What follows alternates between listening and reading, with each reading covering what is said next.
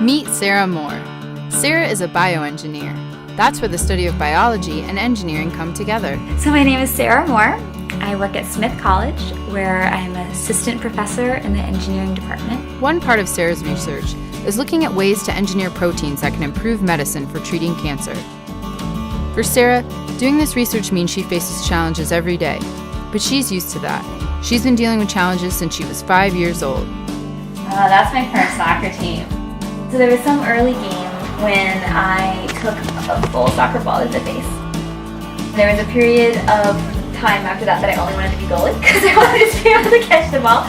And my dad had explained to me that everyone got to have a chance at goalie, and it was important to also be able to do other things.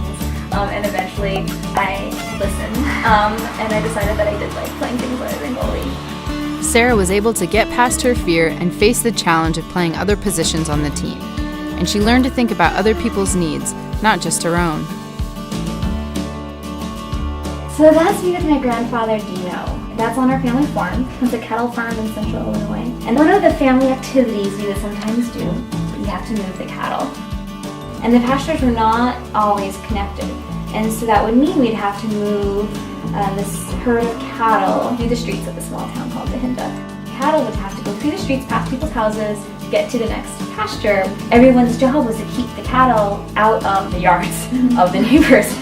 So there was always kind of the follow-up of rounding up those stray members of the herd that decided that they weren't going to move that day. Sarah faced the challenge of getting all the cows to the pasture, with none of them left behind. She learned that she couldn't let anyone fall through the cracks. So that was my first mountaineering trip. And I was going with people who had a little more experience. One of the things that I was learning on this trip when we practiced before we actually did the summit was what was called a self-arrest. So if you slide down the mountain, then it's important to know how to stop yourself. And so we did practice on like an easy slope, but then kind of like went into a flat area, like a really steep spot to practice. So we did some self-arrest practice for that. When Sarah and her team hit an obstacle, Sarah had to use her skills to find another way up the mountainside. She learned to look for different ways to reach her goal. Sarah learned a lot from her life experiences. She learned to consider other people's needs, to check whether anybody is falling through the cracks, and to look for different ways to reach her goals. All of this prepared Sarah for challenges in her research, especially the ethical challenges that she has to face. Let's hear about Sarah's latest project. One project is directly trying to engineer these very small things that can be given to a patient and go to the tumor in order to tell that tumor to stop growing. We call it protein engineering. And the other drug is engineer proteins that can use this shuttle system, this transportation system, like a bus, to get into the brain to help deliver drugs into the brain. So the body is always making new cells. And cells are kind of like the building blocks of the body. So there are cells that make up bone, there are cells that make up muscle, there are cells that make up your brain. And then usually the body's really good at telling cells to grow when you need more of them, and at telling them not to grow when you don't need more of them. But cancer is when the signals that the body is using to try to tell the cells to grow or not grow, when those signals stop working. And then you get a mass of cells, this clump of cells, that really shouldn't be there. And so that mass of cells is cancer.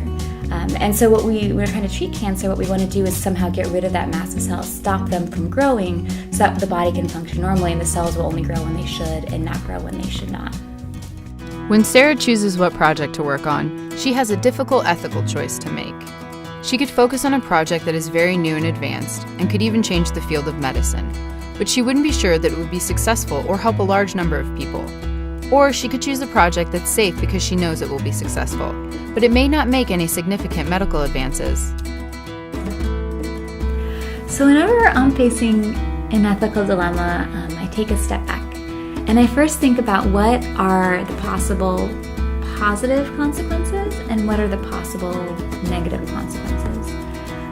And I make sure I think about those for all possible people affected.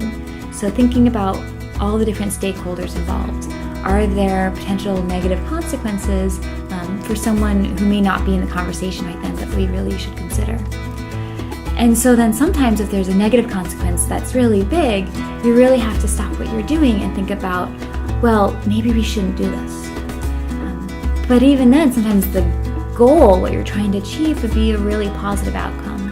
And that's when it's really important to think about all the different possible ways to achieve that goal. Because sometimes you can have a different route to achieving that goal that is able to reduce the negative outcomes that you want to try to avoid.